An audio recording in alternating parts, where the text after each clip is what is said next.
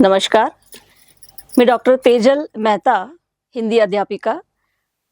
आज आपके सामने प्रस्तुत हूँ माननीय सदस्य, मनपा माननीय सदस्य राधा राजू कोरियन मैडम को लेकर, और जो मुझे बताते हुए काफ़ी हर्ष हो रहा है कि ये अमरावती महानगर पालिका की तीसरी बार चयनित सदस्य है। मैडम, आपका हम सहर्ष स्वागत करते हैं। धन्यवाद मैडम। नमस्कार। नमस्कार मैडम। मैडम के साथ आज काफ़ी गुफ्तगू होनी है। मैडम के साथ उनके जीवन के कई सारे ज़्यादा रंग जो है वो हम आज देखेंगे। कई ज़्यादा ऐसे पहलू है जो अब तक सामने नहीं आए हैं। मैडम के साथ कुछ मिली जुली छोटी मोटी किस्सों के माध्यम से बातें सुनेंगे जो हमारे साथ वो शेयर करेगी।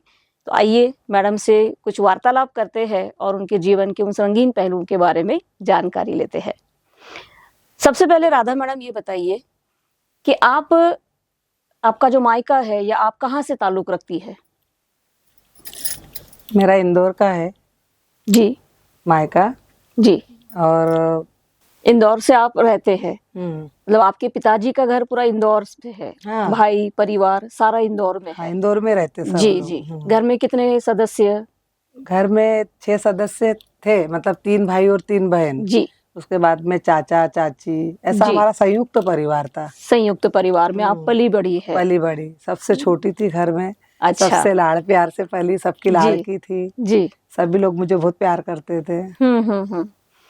पिताजी का कोई पैतृक व्यवसाय रहा? हाँ, वो मिल करके बोलते थे। मिल में काम हाँ, करते मिल में थे। काम करते थे वो। इसलिए परिवार की सारी जिम्मेदारियां उनके ऊपर ही थी। पिताजी पर ही उनके रही। ऊपर ही थी। बिल्कुल सही। मतलब एक पैतृक परिवार जो रहता है, पैतृक सारी चीजें होती है, वही सारी चीजें आपके साथ रही। हाँ। जी जी जी। विद्यालयीन जीवन आपका कैसा रहा? विद्यालय जीवन बोले तो बहुत ही अच्छा रहा। मतलब समझ लो, जी पहली से 10वीं तक के तो बहुत अच्छी पढ़ाई हुई। जी। और विद्यालय जीवन के अंदर मेरे आपने जीवन में बहुत कुछ उतार चढ़ाव, मतलब यूं कह सकते हैं कि आप एक अच्छी छात्रा के रूप में वहां पर कार्यरत थी। ऐसा मैंने आपके बारे में सुना है। जी। उसके बारे में बताइए, आपका कोई अच्छा अनुभव जो रहा हो। बहुत एक्टिविटी थी, मैं बहुत होशियार थी बचपन से ही, चंचल थी। मेरा खेल कूद में बहुत शौक था। मुझे कबड्डी मेरा पहला गेम था। क्या बात है। हाँ। और है ना, एक मॉनिटर करके स्कूल में मॉनिटरशिप आप हमेशा करती आई है। जी जी जी जी। और एक मैंने किस्सा आपके बारे में सुना है कि आप कुछ गीत गायन प्रतिस्पर्धा में भी आपने कभी हिस्सा लिया था। वो अनुभव आपका क्या रहा है? वो कैसा, मुझे बचपन से 4 साल की थी जब से गाने का शौक था। गाने का शौक था। और स्कूल में भी हम लोग जब सहेलियां लड़कियां जब बैठते थे तो हम डेस्क बजा के और वहाँ गाना गाते थे। तो जब 26 जनवरी या 15 अगस्त आता 15 अगस्त के दिन, तो उस वक्त पे सब फ्रेंड लोगों ने बोला कि मैडम ये राधा बहुत अच्छा गाना गाती है जी, इसकी आवाज बहुत अच्छी है जी। तो मैडम ने मुझे फोर्स किया कि आपको गाना ही है, आपकी इतने लोगों के सामने गाना है। मतलब अच्छा। 15 अगस्त पर आपने सबका मन लुभा लिया, इतना रंगीन और माहौल एक बना दिया। और वो गाना भी था, ए मेरे वतन के लोगों जरा आंखों में भर लो पानी। और यकीनन सबकी आंखों में पानी आ गया था। वो मेरे लिए, मेरी लाइफ का, मेरे बचपन का सबसे अच्छा समय था। सबसे अच्छा समय। और हम कहते भी है कि बचपन ये बहुत ही रंगीन और सुनहरे पलों से भरा होता है, और जिसकी यादें कभी बुझाती नहीं है, बुझती नहीं है। और सही में कुछ यादें ऐसी भी होती है जो कि हमें जीवन के अंतिम समय तक याद रहती है कि हमारा बचपन का कोई एक दौर ऐसा था जहां पर हम ऐसे थे। कॉलेज की शिक्षा में आपका कैसा रहा? 12वीं की पढ़ाई आपने कैसे की? क्या भोपाल या इंदौर में रहकर? नहीं, इंदौर में की जी। समझ लो 10वीं तक के तो पढ़ाई मेरी बहुत अच्छे से रही। उसके बाद में 11वीं से हमारे यहाँ कॉलेज लगता जी, एमपी में। उसके बाद में पापा थोड़े स्ट्रिक्ट थे पढ़ाई के मामले में, थोड़ा अनुशासन प्रिय थे। उनको ऐसा लगता था कि 10वीं के बाद में बच्ची को नहीं पढ़ाना है।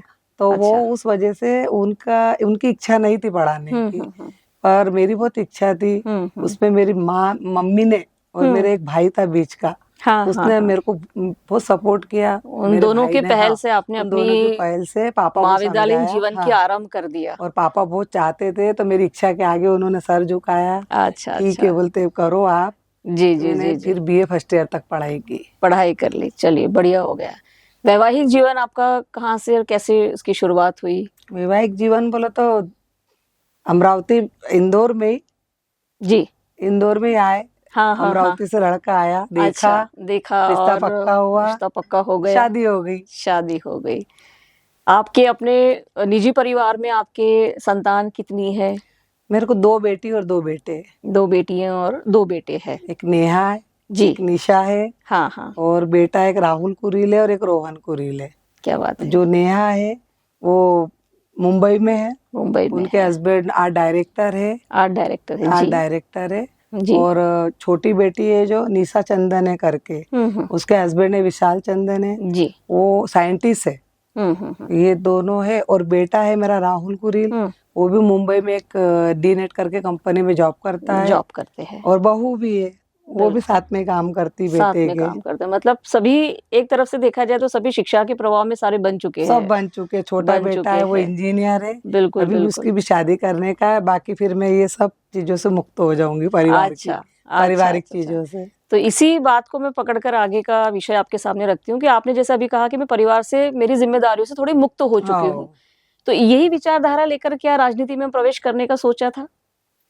नहीं, जिस वक्त मैं राजनीति में आई थी उस वक्त में तो मेरे पीछे पूरा परिवार ही था। बच्चे छोटे थे, बच्चे छोटे थे। पर उस वक्त पे मतलब जो कॉलेज के जीवन में मैंने जो राजनीति की, जो मैं इलेक्शन में भाग लेती थी, तो वही मेरे मन में था। और जब मैं अमरावती में आई शादी करके, तो यहाँ घूंघट प्रथा थी, रूढ़िवादी जो समाज अपना समाज था। हाँ, समाज था। घूंघट में कम से कम 4 साल तक के घूंघट में रही, 2 बच्चे हुए तक के। अच्छा। बाद में मेरा मन ऐसा बोलता था कि इसमें से बाहर निकलने का, बाहर निकलना है। कैसा निकलूं, मतलब कैसा निकालूं, उनको भी बाहर निकालूं और मैं भी कैसा निकलूं। जी। पर मेरी भावनाओं को मेरे हस्बैंड ने, राजू कुरील जी ने समझा।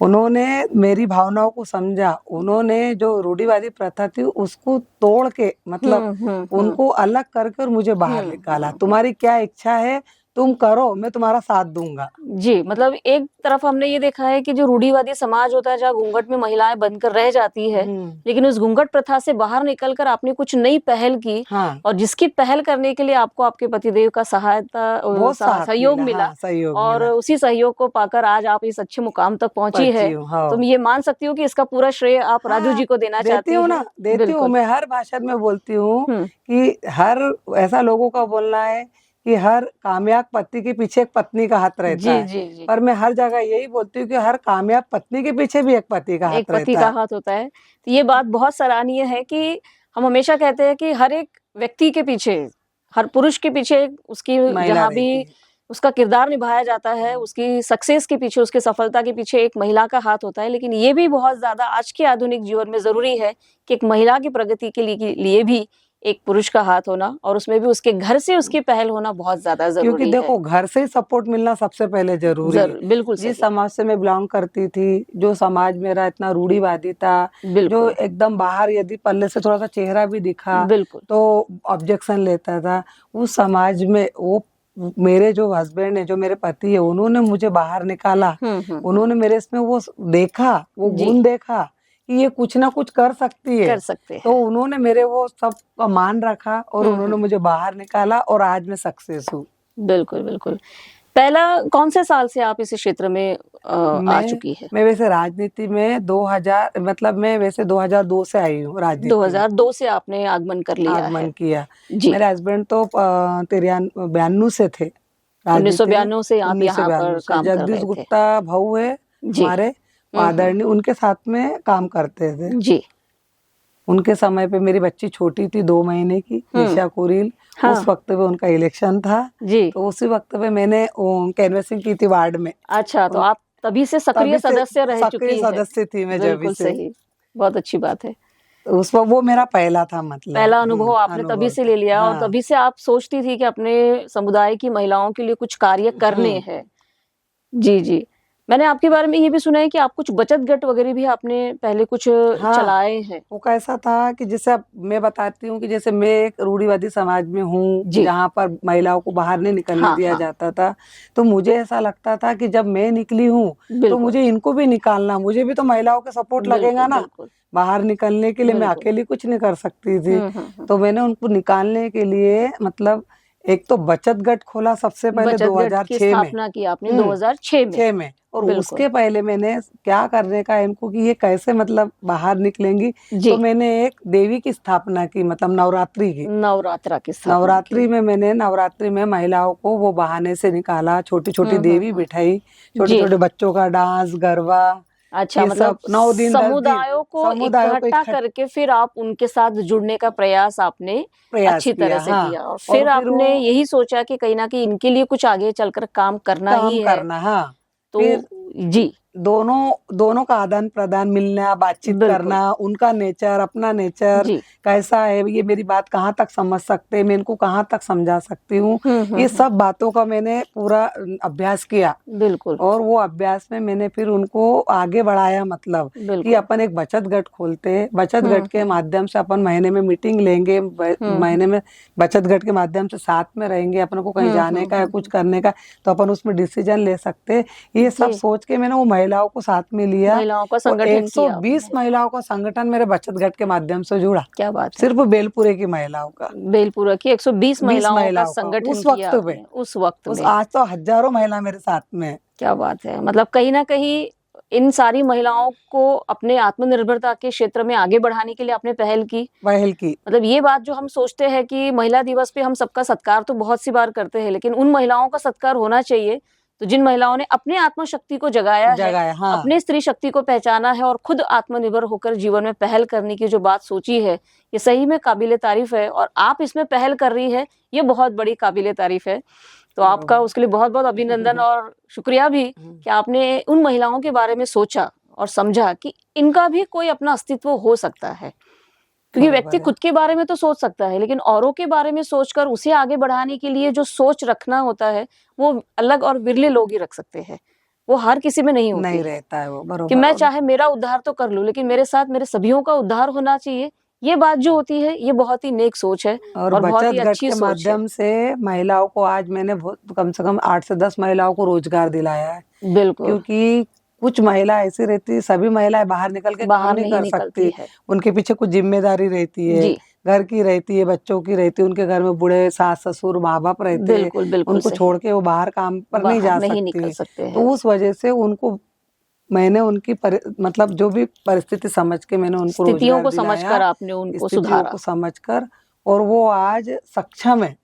मतलब वो आज अपने परिवार को आगे बढ़ा रहे। मैंने उनको खुद अपने पैरों पर खड़ी है और अपना परिवार का पालन पोषण कर रही है। हाँ, परिवार का पालन पोषण कर रही है, बच्चों को अच्छी शिक्षा दे रही है, महिला पति को सपोर्ट कर रही है, सहयोग दे रही है। मतलब ये सही में होता है कि एक जहाँ पुरुष पढ़ लेता है तो एक कुल का कहीं ना कहीं निर्माण है, एक कुल संवर जाता है, लेकिन जहाँ महिलाएं पढ़ लेती है 2 कुल संवर जाते हैं और 2 परिवार आगे बढ़ जाते हैं। सुंदर सोच है, सुंदर विचार है। ये विचार और सुंदर आचरण जो है आपका इसी तरह से भविष्य में भी बरकरार रहना चाहिए। मुझे ऐसा लगता है कि आपने इस क्षेत्र में आने से पहले कुछ ऐसी चीजें देखी होंगी अपने समाज के प्रति, अपने आसपास के व्यवहार में, कि जिसमें आपने सोचा होगा कि नहीं, इन चीजों को सुधारने के लिए मुझे कुछ पहल करनी पड़ेगी, जिसको सुधारने के लिए मेरे पास आज मैं प्रतिष्ठित तो हूँ, लेकिन पद नहीं है। तो जब पद आ जाता है और प्रतिष्ठा दोनों एक साथ जुड़ जाते हैं, तभी ये काम कभी कभी संभव हो जाता है। तो ऐसे किन समस्याओं की ओर आपका ध्यान रहता था? मेरा एक तो शिक्षा पे तो बहुत पीछे थे जी, और दूसरा साफ सफाई स्वच्छता जो बोलते हैं ना जी, बेलपुरा बोलो तो स्वच्छता कुछ भी नहीं थी वहां पर, अस्वच्छता चारों ओर थी जी। तो कैसा मैं कुछ कर नहीं सकती थी ना, शौच की गंदी जो एक प्रकार से शौच की जो समस्याएं होती थी वो चारों ओर बहुत ज्यादा थी, वो बहुत प्रभावित थी। महिला को बाहर जाना पड़ता था, महिलाओं को बहुत ज्यादा बाहर जाने की समस्या, शौचालय नहीं थे घर में, जब उनको रहने कोई अच्छे से जगह नहीं थी, झोपड़ी थी, तो वो कहाँ पर शौचालय बनाएंगे घर में, और बिल्कुल ये बहुत बड़ी समस्या थी। बिल्कुल साफ सफाई की और ये शौचालय की और रहने की और नाली की, ये सब तो इतनी समस्या थी कि देखने के बाद में ऐसा लगता था कि क्या करूं मैं कि इनका उद्धार हो जाए सबका। बिल्कुल ये सब सोच के फिर इसके यही एक अपने पास एकमात्र साधन था जहाँ पे आप मतलब सत्ता में परिवर्तन करना है तो सत्ता में उतरना भी जरूरी है। ही पड़ता है। ये सही बात जो कही मैंने कि सत्ता में उतरकर ही बहुत कुछ परिवर्तन आप कर सकते हैं। हाँ। और आप इसमें पहल भी कर रही पहल है। भी की और पहली बार आई, बहुत वोटों से चुन के आई, जनता ने सर बिल्कुल आंखों पे बिठाया और चुन बिल्कुल के लाए, उसने विश्वास दिखाया। विश्वास उस दिखाया, विश्वास के ऊपर मैं खरी भी उतरी, बिल्कुल क्योंकि मैंने बहुत मेहनत से काम किया। काम किया। मैंने ऐसी कोई सी गली, ऐसा कोई सा रोड नहीं है जिसको मैंने पक्का नहीं बनाया, बिल्कुल मतलब कंक्रीट का नहीं बनाया। नालियां बहुत अच्छी बना के दी उनको, उनके घर तक के पूरी सुविधा करके दी, पानी की सुविधा करके दी। जी पानी की वजह से ज्यादा प्रॉब्लम रहता था, जी। पानी की पीने के पानी के पूरे पाइपलाइन डलवा के दिए, वहीं पर ही उनको अच्छा, पूरे घरों मतलब तक के, मूलभूत सुविधा जो एक घर परिवार के लिए लगती है, वो हाँ, सारी सुविधा सुविधाओं सब को, करके जो दिलाई। असुविधा थी पहले, हाँ, उसमें आपने जाना, समझा समझा और उनको, उसको दूर करने का प्रयास आप कर प्रयास रही किए। है। आज हाँ, भी ये सारा आज भी प्रयास है। आपका ये हाँ, अविरल रूप से चल रहा है। मूल रूप से महिलाओं के संबंधित कुछ विशेष समस्याएं भी हम अपने जैसे विशेष रूप से आप जिस स्तर में प्रभाग में है, वहां पर उस महिलाओं से संबंधित समस्याएं, आज के युवा वर्ग से संबंधित समस्याएं भी है। तो ऐसे कौन सी समस्याएं हैं जो आप जिनको सुधार करना चाहती है? महिलाओं की समस्या तो ज्यादा मैंने आपको बताया, एक तो रोजगार की समस्या है रोजगार उनकी, की समस्या, क्योंकि अभी हर महिला को ऐसा लगता है कि हम घर बैठ के काम करें। बिल्कुल तो वो एक है कि उनकी मेरे से बहुत अपेक्षा है कि मैं वो काम उनको, मतलब उनके लिए घर बैठे अवेलेबल करके दूं, कोई तो भी एक रोजगार। जी ये मेरी एक इच्छा है। जी और जो युवा है, युवा को नौकरी में, जी तो अब आजकल तो हर किसी को तो नौकरी लगती नहीं है, बिल्कुल उसके लिए एजुकेशन बहुत जरूरी है। बिल्कुल एजुकेशन हमारे यहाँ थोड़ा कम रहता है। बिल्कुल। जो एजुकेशन में बच्चा आगे जाना चाहता है और वो अपने पास में कुछ सपोर्ट के लिए आता है, तो हम उसको पूरी कोशिश करते हैं। बिल्कुल उसको कहीं जॉब का है, किसी से बात करने का है, जी कहीं कुछ उसको आर्थिक मदद है या जो भी कुछ है, तो वो हम करते हैं, उसको करके देते हैं। और जो बच्चे हैं बाकी के, उनको रोजगार के हिसाब से देखते हैं उनका कि कहीं कुछ प्राइवेट कंपनी में कहीं लगाने का है, कुछ करने का, तो उतनी मदद करते हैं। बिल्कुल बिल्कुल। मतलब कहीं ना कहीं इन आज के युवा वर्गों को आपको एक दिशा देने का कार्य भी आप अपनी जिम्मेदारी समझती करते है। हैं, हाँ। महिलाओं के प्रति भी कुछ जिम्मेदारियों का वहन करना आप समझती है और पूर्ण रूप से आप अपने आप को झोंक देती है कि जब महिलाओं और आज के युवा वर्ग से संबंधित आपको जब समस्याएं नजर आती है, तो आपकी ऊर्जा जागृत हो जाती है और आप समझती है कि इसको दूर करने का यथासंभव प्रयास आप पूरा अपने स्तर प्रयास पर, करती हूँ, पूरा कि करती हूँ आपको मैं, मिले मतलब हुए हाँ, पद का आप हाँ। उसके लिए इस्तेमाल करेगी और नहीं, अपने मुझे लिए ऐसा लगता है कि प्रकार हाँ, करेगी। मुझे जो ये मिला है अभी मौका, जी तो मुझे ऐसा लगता है कि मैं क्या करूं इनके लिए, मतलब क्या जी कर जी, सकती हूँ, क्या कर सकते कि हैं? जो भी मैं कुछ कर सकती हूँ कि मैं इनकी जो तकलीफ है, जो समस्या है, उनको कम कर सकती हूँ कम कर कितना, सकते वही हैं। कोशिश रहती मेरी अभी। आम सभा में, महानगर पालिका में हमारे आदरणीय महापौर श्री श्री श्री चंद तेजवानी साहब, इन्होंने एक स्वच्छता के विषय में विशेष आम सभा रखी थी। स्वच्छता का इतना तरह से लोगों को इतनी तकलीफ है कि पूरा अमरावती शहर सिर्फ गंदगी से भरा हुआ है। जहाँ भी आप खड़े होकर देखेंगे, वहाँ सिर्फ आपको कचरा ही कचरा दिखेगा। उस विषय पे, उस मुद्दे पर मैंने भी वहाँ पर अपनी बात रखी थी। मैंने अपने प्रभाग की बात रखी थी कि मेरे प्रभाग में पिछली बार का जो ठेका था, उस ठेके के अंतर्गत पिछले 4 साल से जो प्रशासक राज शुरू था, उसकी वजह से ठेकेदार अपनी मनमानी कर रहे थे और नगर सेवक ना होते हुए वो किसी की सुनते नहीं थे। जहाँ पर हमको एक प्रभाग में 54 कामगार थे और अपने वार्ड में जो 13 कामगार थे, वहाँ 3 से 4 ही कामगार काम करते थे। उसकी वजह से क्या होता था कि एक बार में जो 2 नाली साफ करने वाले रहते थे, वो 1 महीने के बाद उनका उस नाली पे नंबर लगता था। उस वजह से वहाँ इतनी गंदगी होती थी, लोग चिल्लाते थे, आते थे और अपने पास कंप्लेंट करते थे, पर हम भी चाहकर कुछ कर नहीं सकते थे क्योंकि कामगार ही नहीं थे अपने पास में। तो उस वजह से मैंने अपना एक मुद्दा रखा था कि ये 4 लोग कितना काम करेंगे, क्योंकि बेलपुरे के अंदर सर्विस गली ना होते हुए जो कामगार लोग आते थे, वो नालियों का जो कचरा है, उनके घर के सामने जो छोटी छोटी नाली रहती, उसी का कचरा नाली के पार रख के चले जाते थे और वो 4-4 दिन तक उठाते नहीं थे। वो नाली के कचरे की वजह से क्या होता था, एक तो गंदगी, दूसरा मच्छर, तीसरा उसकी स्मेल, बदबू बोलते, और उसमें से बारीक बारीक कीड़े रहते थे, ऐसे वो चल के उनके घर तक जाते थे, तो उनके आरोग्य को धोखा था। उनके घर में बुजुर्ग है, बीमार व्यक्ति है, छोटे बच्चे, उनको बहुत तकलीफ होती थी। और वैसे भी अभी गर्मियों का दिन है, डेंगू की कितनी सांस शुरू होने वाली है। वो डेंगू से या मलेरिया से यदि उनको कुछ तकलीफ होती तो उनकी परिस्थिति इतनी अच्छी भी नहीं है, आर्थिक परिस्थिति कि वो पैसों से अपना इलाज करा सके। तो उनको तो मरने की नौबत तक के आ गई थी, ऐसे ऐसे कंडीशन हो गई थी। इसी वजह से मैंने उनको ये कहा कि भाई तुम लोग फव्वारनी क्यों नहीं करते, तुम्हारे पास में फव्वारनी के लिए तुम्हारे उनके पास ठेकेदार के पास मशीन नहीं थी, वो सिर्फ अपन को बोलते थे कि हाँ है, पर उनके पास मशीन नहीं थी। तो महीनों महीनों क्या 6-6 महीने तक के हमारे यहाँ पर मच्छरों की फव्वारनी नहीं हुई, कोई साफ सफाई नहीं होती थी। जो अपने यहाँ पर सार्वजनिक शौचालय है वो 8-8 दिन साफ नहीं होते थे, क्योंकि वहाँ पर पानी की व्यवस्था नहीं, ब्लीचिंग की व्यवस्था नहीं। किसी जो एक साफ सफाई के वर्कर को अपन जो ठेके में जो कॉन्ट्रैक्ट में लेते लिख के कि हम इनको ग्लोव देंगे, अब हम इनको कपड़े देंगे, हम इनको जूते देंगे, हम इनको सैनिटाइजर देंगे, ऐसा कुछ भी नहीं था। उनकी जान जोखिम में रहने के बाद में वो लोग वहाँ पे काम करते। तो वो शौचालय स्वच्छ नहीं था करके उसकी भी कंप्लेन हमेशा आती थी। और जो ठेकेदार था वो ठेकेदार को जाकर वहाँ पर अभी क्या किया था मैंने कि वहाँ ठेकेदार के जो ऑफिस था वहाँ पर रोज हाजिरी लेते थे। वो बताता था कि मेरे 13 कामगार आते, तो हम वहाँ पर जाते थे, वहाँ पर वो हाजिरी में वो कटौती करते थे। तो यही महीने में 60,000 की कटौती की उसकी। तो मेरा प्रशासन से सवाल था कि भाई जो हमने जो कटौती की है, जो हमने वो 60,000 रुपये की जो कटौती की है, तो आप उसको कटौती करेंगे कि उसको माफ कर देंगे? ये मेरा उनका सवाल था कि आप लोग क्या करते हैं, ये लोग इनकी साठगांठ रहती है अधिकारियों की और ठेकेदार की, वो लोग अपने साठगांठ करके वो दिखाते अपने को इधर और उधर मैनेज कर लेते। तो वो उनको मैंने एक सवाल किया था कि आप ये करोगे क्या? और हाँ, जो इतनी परेशानी मेरे प्रभाग में हुई, जो वार्ड में हुई, जो गंदगी से जो जनता परेशान रही, उसकी वजह से मैंने वहाँ पर ये सवाल प्रश्न किया, मतलब उनको सूचना दी कि आने वाले जो समय में आप उनका जो बिल निकलेगा वो बिल में आप कटौती करना, और यदि उन्होंने पूरी अच्छी तरीके से सफाई नहीं की है पूरे मजदूरों की, तो उनको अपन ने ब्लैक लिस्ट किया जाए उसके ठेके को, क्योंकि वो ब्लैक लिस्ट करना जरूरी है। क्योंकि ऐसे ठेकेदार का हमारे यहाँ क्या काम है, जो ठेका लेते हैं, काम करते हैं और अपने को नई नई ऐसी ये देते, लालच देते, अपने को योजना बताते कि सर हम ये करेंगे, वो करेंगे, हम आपको इतनी सुविधा देंगे, हम आपको इतने फायदे देंगे। ये जब 1 साल हुआ कि उनका रोना शुरू हो जाता। जब अपन उनको बोलते कि तुम ये काम नहीं कर, मैडम बिल ही नहीं निकला, हमने मजदूर को कहाँ से देना, हमने क्या करना, हम ठेका ही नहीं लेते, हम राजीनामा दे देते। ये सब उनका 1 साल के बाद में चालू हो जाता। फिर मेरा वही बोलना था कि यदि आपको अभी हमने जो कोणार्क को ठेका दिया, तो इन्होंने ना कोई स्टैंडिंग कमेटी की मीटिंग में मंजूर किया, ना कोई आम सभा की मंजूर में किया, इन्होंने प्रशासक राज में अपना ठेका उनको दे दिया।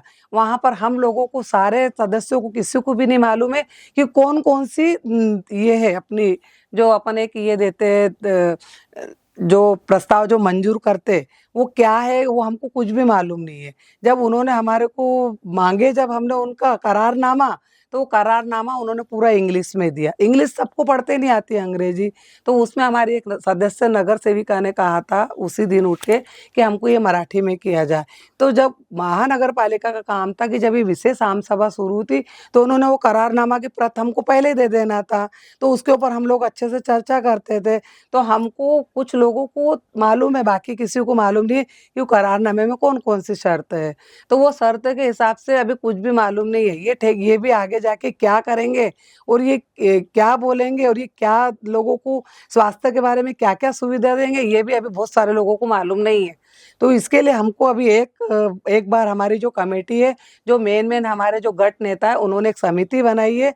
वो समिति में वो लोग बैठेंगे और इसके ऊपर चर्चा करेंगे, उसके बाद में आगे का प्रावधान किया जाएगा।